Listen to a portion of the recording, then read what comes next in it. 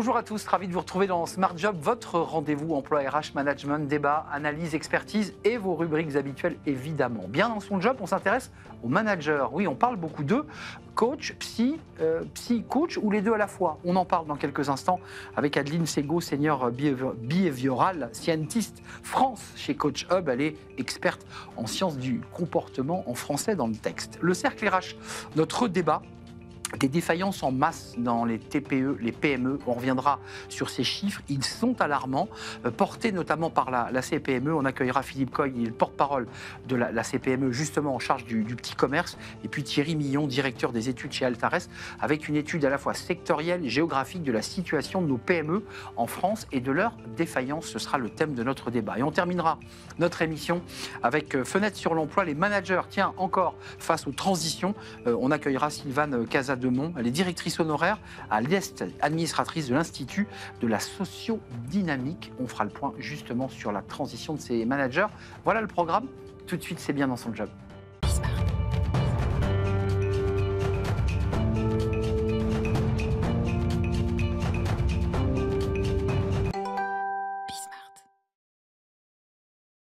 Bien dans son job pour s'intéresser aux managers, à vous qui êtes en entreprise, manager opérationnel. Est-ce que vous devez être d'abord des psys, des coachs, des psys, ou peut-être les deux à la fois parce que le monde du travail a changé. On en parle avec vous, chère Adeline Segaud. Bonjour. Bonjour. Très très heureux de vous accueillir. Vous êtes, alors je ne le dirai pas en anglais, senior behavioral scientist, vous êtes experte en sciences du comportement chez Coach Hub qui propose des accompagnements distanciels grâce à l'IA. J'ai vu que l'IA était là. C'est un de nos derniers outils, mais oui, on propose du coaching à distance, du coaching humain. On met en relation des coachs et des humains via le digital. Et ça fait matcher. Alors, ces managers, ce qui est d'ailleurs l'objet de votre présence, vous les avez face à vous quand vous êtes dans votre mission de coach. La question qu'on se pose, elle est artificielle. Ils doivent être quoi ? Coach, psy, d'abord psy et coach ensuite. C'est quoi aujourd'hui le bon manager ? C'est une très bonne question. Alors aujourd'hui, le manager, pour moi, il ne doit pas, autant le clarifier tout de suite, on n'attend pas de lui qu'il soit un thérapeute ou un psychologue. Mais ce qu'on attend aujourd'hui, c'est qu'il développe des compétences qu'on pourrait retrouver chez un coach ou un thérapeute, comme l'écoute active, le questionnement et la possibilité de créer un espace où l'autre se sente en confiance et puisse donner le meilleur de soi-même. On n'arrive pas à le savoir, l'œuf, la poule et l'œuf. Est-ce que c'est parce que le monde du travail a changé que les managers et donc vous, Coach Hub, sont obligés aussi d'adapter des propositions de formation, d'accompagnement ? Ou est-ce que les managers, eux aussi, sont en train de se transformer ? Très bonne question. Le monde est complètement en train d'évoluer. Le paradigme du manager a aussi changé.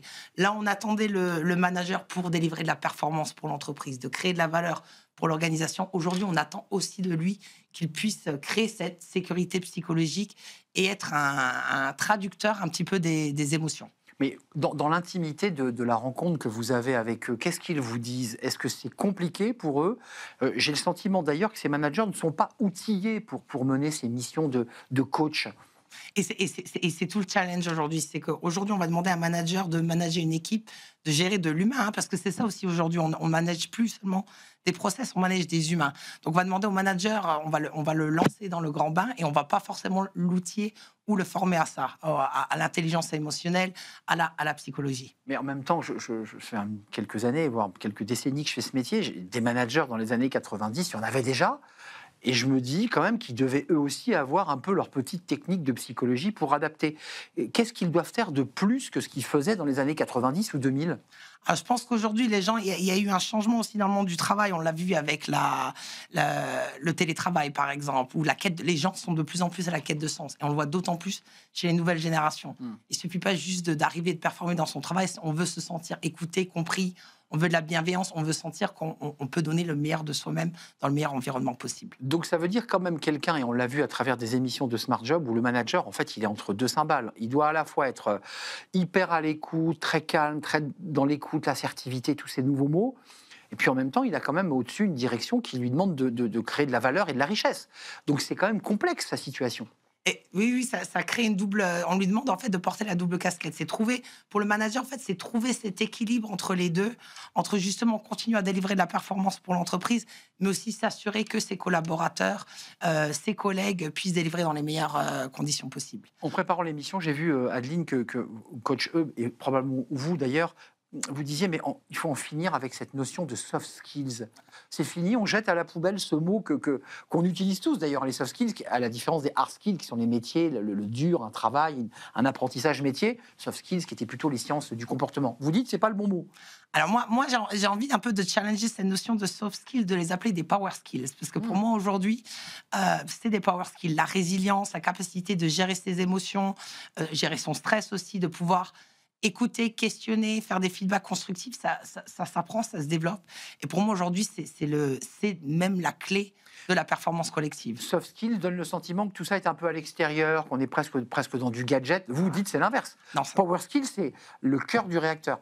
C'est de cette base-là qu'on va créer de la richesse. Bien sûr, aujourd'hui, on ne manage plus, aux managers qui nous écoutent d'ailleurs, on n'attend plus de vous seulement que vous managiez des process ou que vous fassiez du reporting, on attend de vous que vous managiez de l'humain. En fait, c'est ça qui a vraiment changé la donne, c'est l'humain est au cœur de tous les échanges. Mais il y en a qui s'effondrent devant vous parce qu'à la fois, il faut qu'ils gèrent de l'humain, à la fois, ils ont des KPI, et à la fois, ils ont les outils informatiques, et l'IA en fait partie, sur lesquels ils doivent aussi avoir la main. Enfin, honnêtement, c'est très complexe, leur situation. C'est complexe, mais je pense que développer son intelligence émotionnelle ou avoir des connaissances ou on va dire développer ses compétences en psychologie, ça peut finalement fluidifier et faciliter ce travail. Parce que si on comprend mieux ses équipes et ce qui se passe, ce qui est les enjeux, si on comprend mieux en fait ce qui se passe sous la surface, on arrive à mieux à agir en surface. Donc c'est comprendre des tensions peut-être, savoir les détecter avant même qu'elles n'implodent. Ça capable d'observer, de bien regarder. Exactement, c'est tout à fait ça, de bien observer, de pouvoir réguler ses propres émotions, détecter celles des autres pour pouvoir anticiper potentiellement un conflit, un challenge et le résoudre avant même que ça explose. Un métier passionnant, celui que vous faites de coach en sciences du comportement dans l'accompagnement des managers notamment et des managers, puis il y a des femmes. Et je précise que vous êtes au sein de Coach Hub, qui sont des formations en distanciel. On fait matcher des coachs et des managers notamment. Merci. C'est un vrai plaisir de vous accueillir, Adeline Segaud, Senior Behavioral Scientist France, Coach Hub. Je l'ai plutôt bien dit.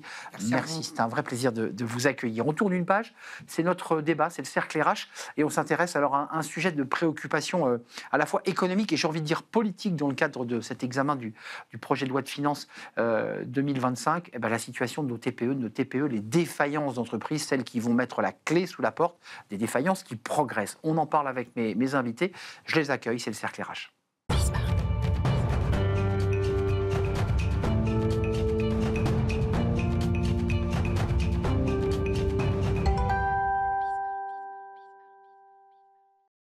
Le cercle RH, pour parler d'un sujet au cœur de l'actualité économique, de l'actualité sociale et de l'actualité politique, les défaillances des entreprises TPE, PME, des défaillances qui ont progressé. Alors avec une étude qu'on va décortiquer avec des variations de secteur, avec des variations aussi entre les régions de France, parce qu'il y a quelques variations, mais c'est une situation dramatique et on va en parler évidemment, parce que derrière ces redressements et ces fermetures, ce sont des familles, ce sont des salariés qui perdent leur emploi. On en parle avec mes invités. Philippe Coy, ravi de vous accueillir sur le plateau de Smart Job. Vous êtes porte-parole de la CPME, j'ai envie de dire depuis peu. Depuis peu, et en charge des dossiers commerce. Charge du dossier commerce. Et puis je précise à nos interlocuteurs, parce que vous êtes un homme extrêmement connu, vous avez présidé pendant 8 ans la fédération des buralistes.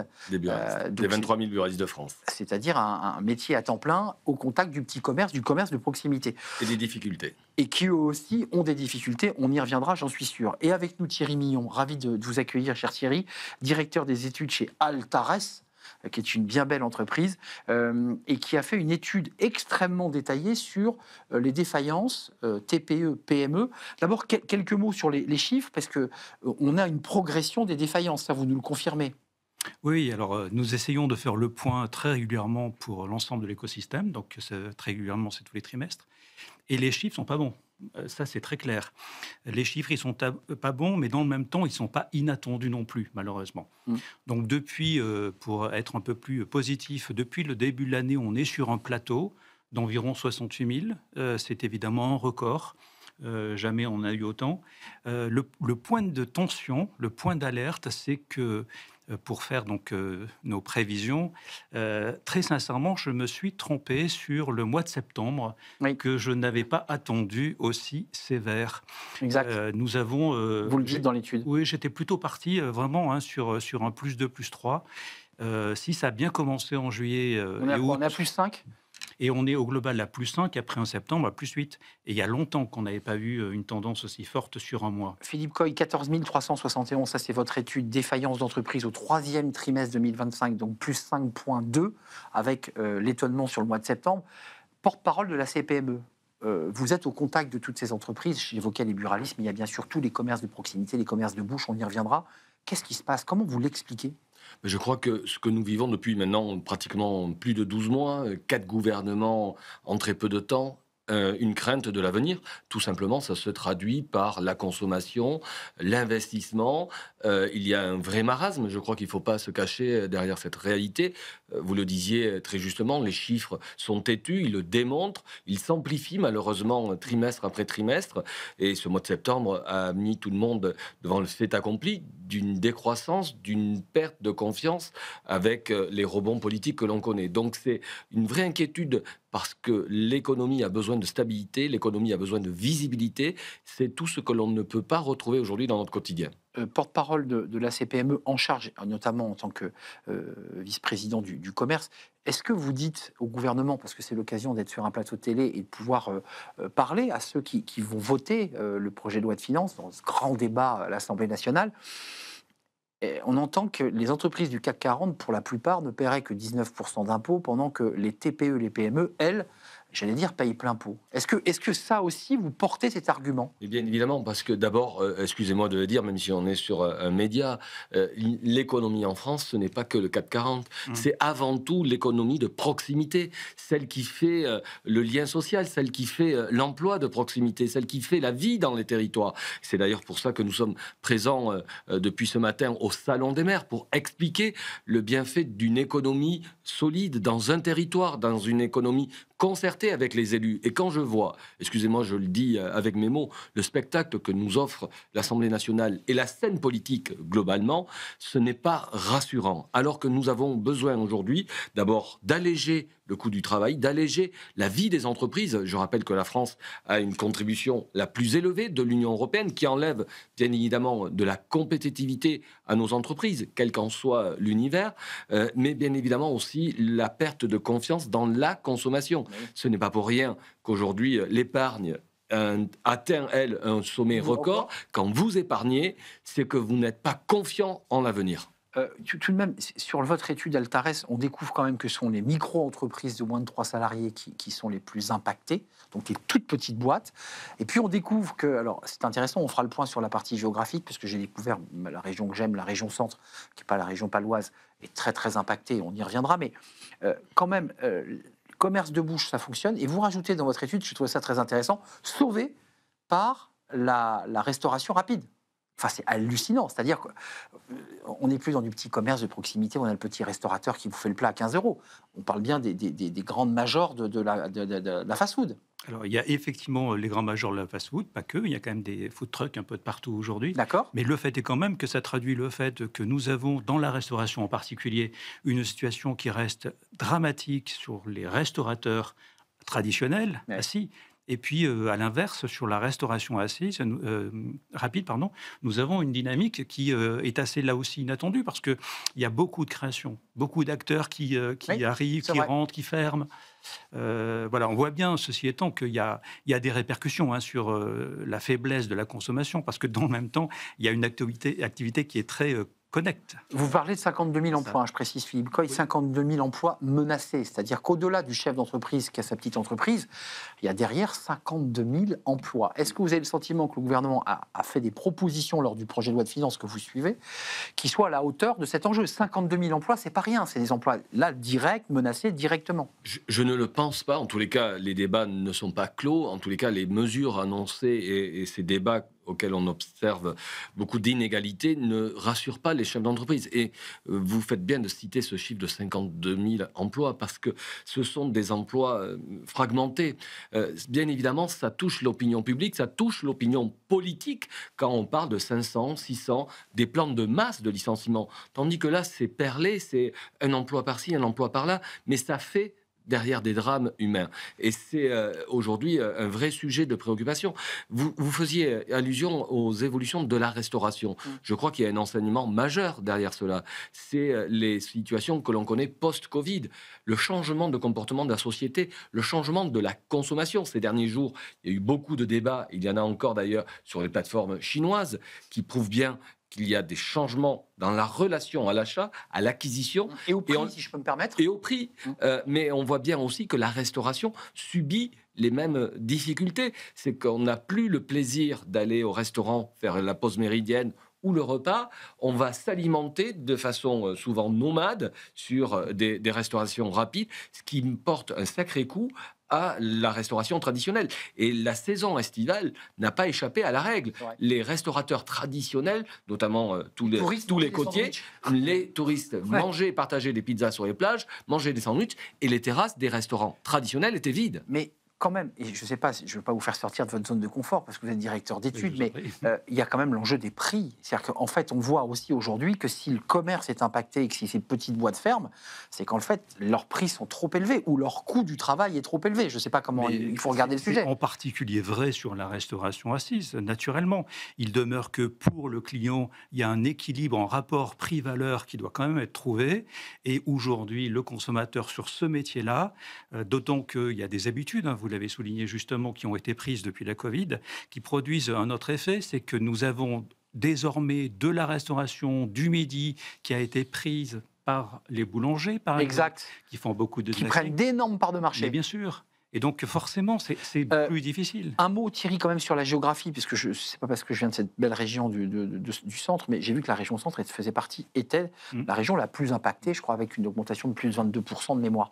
Comment vous l'expliquez ? Il y a vraiment des effets géographiques. On peut dire que c'est mieux dans le sud, ça marche mieux dans le nord, c'est moins bon en région centre. Qu'est-ce qui se passe ? Il faut être prudent sur les effets géographiques, mais il y a plusieurs lectures. La première, c'est qu'évidemment, si vous avez, et c'était le cas de la région, fait un bel exercice l'année d'avant, forcément, c'est plus difficile de le reproduire. Bon. Il demeure malgré tout que nous avons des points de faiblesse sur les régions industrielles, davantage, naturellement, que sur les régions de services. Il y a les Pays de la Loire également, dans votre ville, qui apparaissent en difficulté. Oui, et puis sur les Pays de la Loire, malheureusement, j'ai vu les chiffres d'octobre, c'est pas bon du tout. Alors, octobre va mieux, mais Pays de la Loire, pas du tout. Philippe Coy, vous êtes porte-parole d'une institution, la CPME, un syndicat qui se fait entendre. Quelles sont les propositions que vous allez porter au haut niveau avec votre président sur quoi ? Baisse de la fiscalité, baisse des baux commerciaux ? Non, il faut parler de choses concrètes puisqu'on parle des centres-villes qui se dévitalisent. Les baux commerciaux, c'est vrai que ça peut être un sujet attrayant, populaire. Mais je ne crois pas que ça soit forcément par là la solution. En tous les cas, on a besoin de travailler avec un coût moindre. Nos entreprises, bien évidemment, voient leurs marges fondre et leur coût d'exploitation. Alors, je parle dans le coût d'exploitation, pas des salaires que nous versons, parce qu'on voudrait verser mieux un salaire en fin de mois. En tous les cas, il y a une étude récemment publiée qui montre que le même salaire entre la France et l'Espagne, le salarié a 400 € de plus à la fin du mois. Donc nous avons aujourd'hui un vrai problème et ces charges et ces taxes, parce que le Parlement ne fait que légiférer pour rajouter de la fiscalité. Enfin, heureusement que nous, chefs d'entreprise, nous avons une autre lecture de la gestion de nos budgets. C'est pas quand il manque de l'argent qu'on va vendre plus cher aux clients. C'est justement là où vous avez des difficultés. Donc, la fiscalité aujourd'hui pèse sur nos entreprises. Il faut qu'on retrouve de la compétitivité. Il faut qu'on retrouve de l'envie. Oui. Laisser dégager les énergies de ces millions de petits chefs d'entreprise qui créent cette richesse dans notre territoire et la consommation. Et il crée de l'emploi. Juste avant de nous quitter, on n'a pas évoqué l'industrie, qui est le grand sujet aussi porté par le gouvernement. Il faut sauver notre industrie. Alors, on en est où dans votre étude des enjeux industriels ? Je vois qu'il y a des secteurs qui sont un peu différents les uns des autres. Il y a l'agroalimentaire, il y a l'industrie lourde. Est-ce qu'elle aussi, en tout cas les sous-traitants de l'industrie, ferment leurs portes? Alors sur l'industrie, malheureusement, octobre confirme les chiffres de septembre. Donc on n'est pas là à pouvoir dire ça s'améliore, d'autant plus que vous parliez d'emploi. On va finir l'année aux environs de 69 000. Ça veut dire que globalement, considérant que les liquidations, c'est de l'emploi perdu, et que sur le redressement, il y a une partie qui va être conservée, nous avons une année 2025 qui va finir avec globalement 200 000 emplois supprimés sur des défaillances d'entreprise. C'est pas rien, 200 000. Et donc, il y a besoin de savoir que ces emplois-là, ce sont des emplois de proximité. Ce sont des emplois de territoire, de région. Ah oui, c'est des bassins de vie dans des villages, dans des petites villes. Exactement. Donc, une entreprise qui ferme, c'est évidemment, ce sont des emplois directs. Et indirects. Et indirects, du fait des sous-traitants, et des emplois, par ailleurs, indirects sur des personnes qui n'ont rien à voir, sinon qu'elles sont sur le territoire en question. Je rebondirai sur votre propos, parce que bien évidemment, on peut être très attaché au commerce. C'est la vie, c'est le lien dans un territoire, mais c'est un écosystème. Et l'industrie, aujourd'hui, souffre. Même si c'est un peu, aujourd'hui, souvent mis en avant, on va réindustrialiser le pays. On n'en voit pas aujourd'hui, en tous les cas, les premiers signes. C'est pour cela que nous remettrons demain, au nom de la CPME et du groupe Industrie, le livre blanc de l'industrie, parce qu'aujourd'hui, il est urgent de sauver ce secteur économique, qui est là aussi un pan très important dans les territoires. Altares, cette étude, vous nous en faites profiter, on la partage, on l'a lue. Elle est remise à qui avant de nous quitter? Vous allez aller, je sais pas, devant le ministère du Travail, vous allez aller à Bercy, vous allez aller l'avoir sous le bras, vous allez faire des conférences de presse. À qui vous la... Évidemment, Bercy là, mais l'étude, elle n'a pas vocation à être vendue justement pour que ce soit un outil qui permette de donner des mesures à partir desquelles on peut prendre des décisions. Là, en l'occurrence, il y a besoin évidemment, quand on est dans les territoires, de voir si nous sommes en souffrance et effectivement, donc parler de Pays de la Loire, j'ai effectivement discuté sur ce territoire-là, sur les points de faiblesse, parce qu'on parle naturellement de l'industrie et du commerce, et sur le commerce, ça va un peu moins mal, même si les chiffres ne sont pas encore ceux que nous attendons, mais il y a d'autres activités sur lesquelles il y a des points de douleur dont on ne parle pas suffisamment. Lesquels, par exemple? C'est en particulier, pour un qui me concerne plus spécifiquement, c'est la santé, le social, et donc nous avons par exemple, sur le mois d'octobre, fin octobre, depuis le début de l'année, sur le secteur du social et de la santé, c'est-à-dire à la fois aide à domicile, crèche, mais aussi des infirmières, etc., nous avons une augmentation des défauts de 32%. C'est colossal. Alors qu'on manque de main-d'œuvre, on manque de bras, on manque de salariés. Bien sûr. Là, sur Paris, donc, une grosse structure a été contrainte d'aller au tribunal. Une structure qui est dans ce registre social, ce secteur. Donc, à la fois petite enfance et santé. C'est 1700 salariés. 1700. Non, mais c'est donc, effrayant. Il y a quand même besoin de dire ces structures-là, elles ont naturellement besoin d'être accompagnées, notamment par du financement, mais il y a aussi besoin de dire qu'on ne peut pas détacher sa responsabilité sur des structures qui ont besoin en même temps d'hommes, de talents, etc. Merci à vous, messieurs. Le débat est terminé. Merci à vous, Philippe Coy. Cette étude, allez la voir. Elle est donc ouverte. Elle est en open data, comme on dit, pour que tous ceux qui décident, présidents de région, présidents de département, élus politiques et bien sûr syndicats, puissent s'en emparer, l'analyser et la porter. Merci. Cette étude est très importante et elle est très inquiétante. Merci à vous, Thierry Millon, directeur des études chez Altares, d'être venu. Merci à vous, Philippe Coy. C'est un vrai plaisir de vous accueillir, porte-parole de la CPME et en charge notamment du petit commerce en tant que vice-président et du commerce en général. Ce fut un plaisir et on suivra évidemment de très près ces chiffres de défaillance puisqu'il y a 52 000 emplois qui en dépendent. On termine notre émission avec Fenêtre sur l'emploi et on s'intéresse aux managers. Oui, ils font leur transition. On en parle avec notre invité.